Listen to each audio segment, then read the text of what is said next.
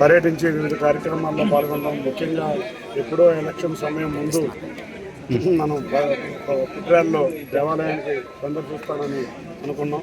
దానికి ఇవాళే గత సంవత్సరంలో బోర్డు ఫామ్ అయిన కాంచి పుట్రాలు వెళ్దాం అనుకుని వాళ్ళ పుట్రాల అమ్మవారిని దర్శించుకున్నాం.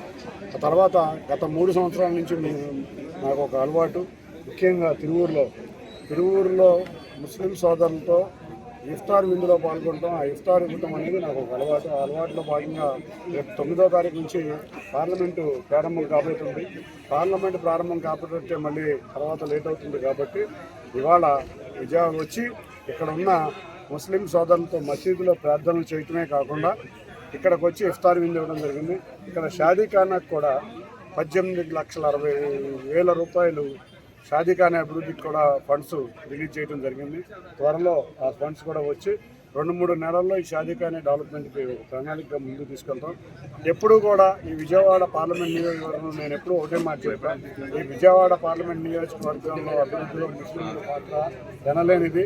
ఈ విజయవాడ పార్లమెంట్లో దేశంలో ఎక్కడా లేని విధంగా మత సామరస్యం కాపాడే పార్లమెంట్ నియోజకవర్గం ఏదైనా ఉందంటే విజయవాడ. మనం చూసాం, మొన్న కూడా దసరాకి ముస్లిం సోదరులు, క్రైస్తవ సోదరులు అందరూ కూడా దసరా జరుపుకున్నాం.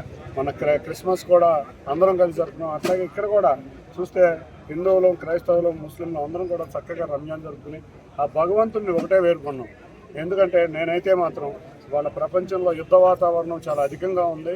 ఈ యుద్ధ వాతావరణం నుంచి అల్లా కోరిన విధంగా శాంతి నెలకొల్పాలి, ప్రపంచ శాంతి ఉండే విధంగా ఉండాలని కోరుకోవడం జరిగింది. అంతేకాకుండా ఈ ప్రాంతంలో అభివృద్ధి చెందాలి. వెనకబడిన నియోజకవర్గం, కొంత ముస్లిం సోదరులు కూడా మా బిడ్డలు చాలా పేదరికంలో ఉన్నారు, వాళ్ళ భవిష్యత్తు చూడమంటే తప్పకుండా ఒక స్కిల్ డెవలప్మెంట్ సెంటర్ కూడా ప్లాన్ చేయడానికి చేస్తామని తెలియజేస్తున్నాను.